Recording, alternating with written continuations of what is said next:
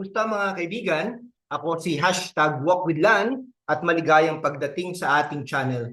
Ngayong araw, maglalakbay tayo sa mundo ng politika at pananampalataya. Isang pagsusuri sa mga senatorial candidates na inendorso ng Iglesia ni Cristo para sa darating na eleksyon. Ang INC bilang isang makapangyarihang grupo sa ating bansa ay may malaking impluwensya sa halalan. At ang kanilang mga napili ay sina Senator Bongo, Senator Bato de la Rosa, Representative Rodante Marcoleta, Senator Amy Marcos, Representative Camille Villar, Senator Pia Cayetano, dating Senador Bam Aquino at Senador Bong Revilla. Pero sino nga ba ang mga kandidatong ito? Bakit sila ang napili at ano ang maaaring epekto ng kanilang panalo sa ating bayan? Kaya samahan niyo ako sa akong buklatin ng mga kwento, record at motibasyon sa likod ng bawat kandidato na may halong katatawanan, kritikal na pagsusuri at malalim na pananaw. Huwag kalimutang mag-subscribe, mag-like at mag-comment para sa mas marami pang ganitong content. Alam niyo ba na ang Iglesia ni Cristo ay kilala sa kanilang block voting? Ayon sa mga pag-aaral, halos 2 hanggang 3 milyong botong maaring maiambag ng INC sa isang kandidato. Sapat na para magpabago ng resulta ng eleksyon. Pero bakit nga ba sila sumusuporta sa mga ganitong kandidatong ito? Ang INC ay hindi basta-basta pumipili. May malalim na pamantayan sila mula sa pananaw sa relihiyon hanggang sa mga posisyong maaring makinabang sa kanilang komunidad. Halimbawa, si Senator Bongo na kilala bilang malapit na kaalyado ni Pangulong Rodrigo Roa Duterte ay may track record ng pagsuporta sa mga pro-poor programs tulad ng malasakit centers. Pero tanong ko sa inyo, mga kaibigan, ang mga ganitong programa ba ay sapat na dahilan para siya'y suportahan ng INC o may iba pang motibo? Sabay-sabay nating alamin. Si Senator Bongo, ang lalaking laging nasa likod ni Duterte, literal at figurative, siya ang nagtulak ng Malasakit Centers Act na naglalayong gawing mas accessible ang healthcare sa mahihirap. Maganda, di ba? Pero teka, kapag tinitingnan natin ang datos, may mga ulat na hindi lahat ng malasakit centers ay fully operational dahil sa kakulangan ng pondo at tauhan. Kung gayon, epektibo ba talaga ang kanyang advokasya o isa lang itong magandang palabas para sa eleksyon? At bakit siya inendorso ng INC? Marahil dahil sa kanyang malapit na koneksyon sa dating administrasyon na kilala ang malapit din sa INC. Pero mga kaibigan, hindi ba dapat nating tanungin ang isang kandidato ba ay dapat suportahan dahil sa koneksyon o dahil sa tunay na kakayahan? Susunod si Senator Bato de la Rosa, ang dating PNP chief na nanguna sa kontrobersya na war on drugs ni Duterte. Siya ang tipo ng kandidato na mahal mo o kinamuhian. Sa isang banda, maraming INC members ang sumusuporta sa kanya dahil sa kanyang tough on crime stance na naaayon sa kanilang pananaw na kailangan ng disiplina sa lipunan. Pero sa kabilang banda, libo-libong Pilipino ang namatay sa kampanyang ito at marami ang nagtatanong, may pananagutan ba si Bato sa mga paglabag sa karapatang pantao? Kung ako ang tatanungin, parang pelikula ito. Si Bato ang action star, pero ang script, puro dugo at kontrobersiya. Ano sa palagay niyo, mga kaibigan? I-comment niyo ang inyong opinion sa baba. Si Representative Rodante Marcoleta at ang ABS-CBN shutdown, si Representative Rodante Marcoleta ang lalaking nanguna sa pagsisikap na isara ang ABS-CBN. Alam niyo ba ang INC ay may malaking papel din sa isyong ito?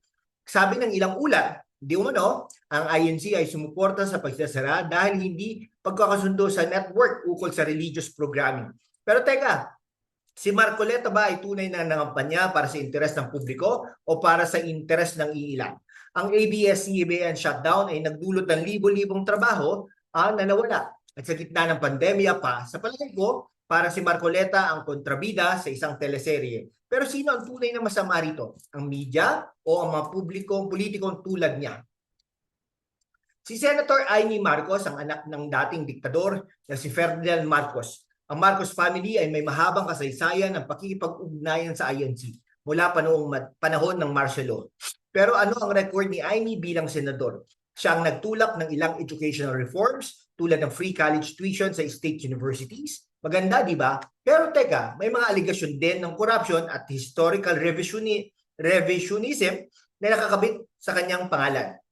Kung ako ang tatanungin, parang si Amy ang trying hard na maging bayani sa isang kwentong puno ng kontrabida. Pero kayo, mga kaibigan, anong tingin ninyo sa Marcos legacy? Suportahan ba natin ang isang kandidato dahil sa pangalan o dahil sa tunay na nagawa? Si Representative Camille Villar, anak ni Senator Cynthia Villar at dating Senate President Manny Villar. Ang Villar family ay isa sa mga pinaka mapangyarihan, no, na political dynasty sa bansa. Pero ano ang record ni Camille? Siya ang kilala sa kanyang trabaho. Siya ay kilala sa kanyang trabaho sa Las Piñas tulad ng infrastructure projects at livelihood programs. Pero tanong ko sa inyo, mga kaibigan, hindi ba't ang political dynasties tulad ng Villars ang dahilan kung bakit ilan ang may kontrol sa kapangyarihan sa ating bansa? Parang teleserye ito. Ang pamilya Villar laging may secret. Pero ang tanong, kailan ba magkakaroon ng bagong cast sa politika natin? Si Senator Pia Cayetano, ang health reform. Si Senator Pia Cayetano, ang ate ni Senator Alan Peter Cayetano at isa sa mga veterano sa Senado, siya ang nagtulak ng Universal Healthcare Act na naglalayong gawing mas accessible ang healthcare sa lahat ng Pilipino. Magandang intensyon, pero ang implementasyon, maraming ospital pa rin ang kulang sa pondo at tauhan.